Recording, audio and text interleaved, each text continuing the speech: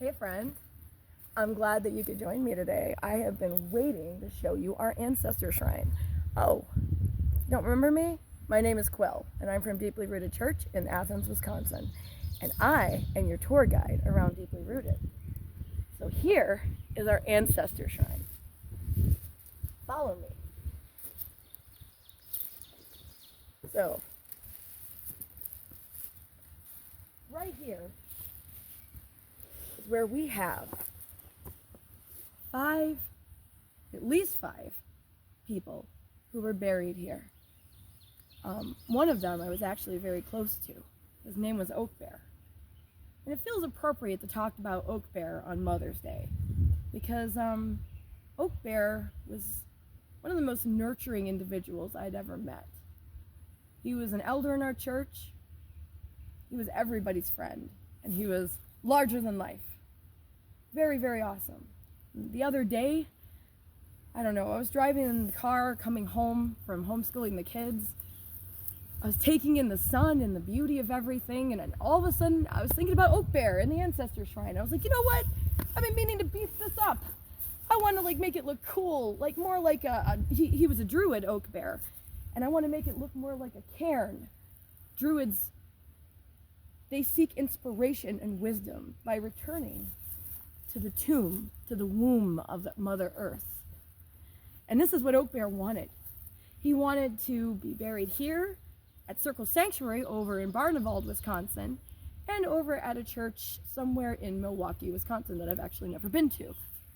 So I wanted to make this better for him.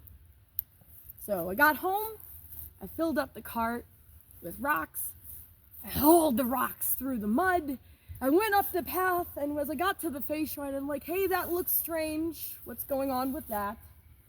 And lo and behold, our poor Ancestor Shrine had collapsed. Now you might be thinking, oh goodness, what happened? Well, things made out of rock that live out in the woods tend to collapse after a certain point. Very normal. So, I took this as a sign that maybe perhaps my dear friend Oak Bear, maybe on the other side in the Summerland, I don't know, that's my own belief.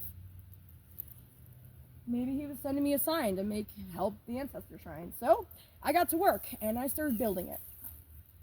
And when I looked at the Ancestor Shrine after I fixed the problem, I was like, what else does it need? It needs life. It needs permanence. It needs to be seen. Because while we're closer to Beltane right now than Samhain, usually a time when we think about ancestors, this is also a liminal time. This is when life is coming into the world, when babies are being born. Mother's Day being situated so close to Beltane is interesting because there's many, many ways to mother something. Mother children, mother an idea, mother an ancestor shrine, mother the dead, mother a community. There's all different ways to make that happen.